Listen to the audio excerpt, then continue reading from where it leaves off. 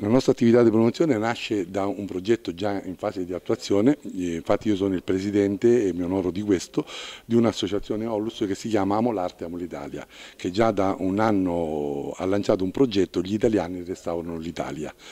In cosa consiste questo progetto? Nella salvaguardia e valorizzazione dei beni culturali italiani.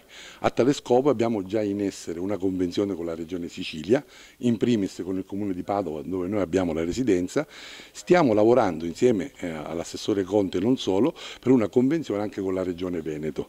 Qual è l'obiettivo? È quello della raccolta di fondi attraverso l'abbinamento arte eccellenze per dare una mano alla pubblica amministrazione che di soldi ne ha sempre di meno. E siccome i beni culturali noi li consideriamo l'oro d'Italia, va salvaguardato e quindi bisogna che tutti si mettano un po' la mano in tasca, in questo caso fatta a fin di bene, non per pagare solo le tasse, per dare una mano appunto a salvaguardare questi beni che non sono replicabili e quindi vanno salvaguardati. Da qui, siccome abbiamo già noi il riconoscimento come associazione in Sicilia dell'UNESCO Sicilia, nasce l'idea di fare un comitato UNESCO nel Veneto. Io ho l'onore, mi onora della sua amicizia, sia il presidente nazionale dell'UNESCO, il professor Giovanni Puglisi, che il segretario nazionale, il professor Angelini dell'Università di Palermo, i quali mi hanno dato tutto il sostegno e mi daranno tutto il sostegno affinché anche il Veneto possa avere un comitato regionale Veneto per l'UNESCO. Questo è già stato anticipato sia da Vera Poi che sia dall'assessore Conte, quali sono i motivi e le finalità. Il Veneto, è inutile che lo dica io che non sono veneto, ma che ormai da oltre 30 anni vivo in questa bellissima regione.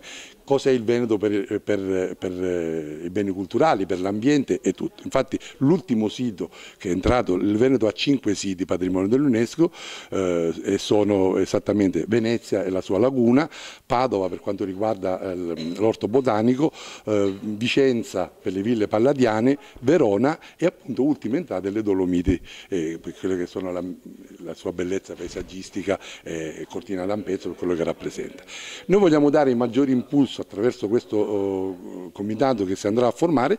Io ho chiesto a Vera Trepoi, che ha accettato con entusiasmo di presiedere questo comitato promotore, che dovrà portare poi, ormai se ne parlerà subito, questa è la prima fase di lancio, noi anzi a questo proposito chiediamo la collaborazione di tutta la stampa, perché più se ne parla e meglio è.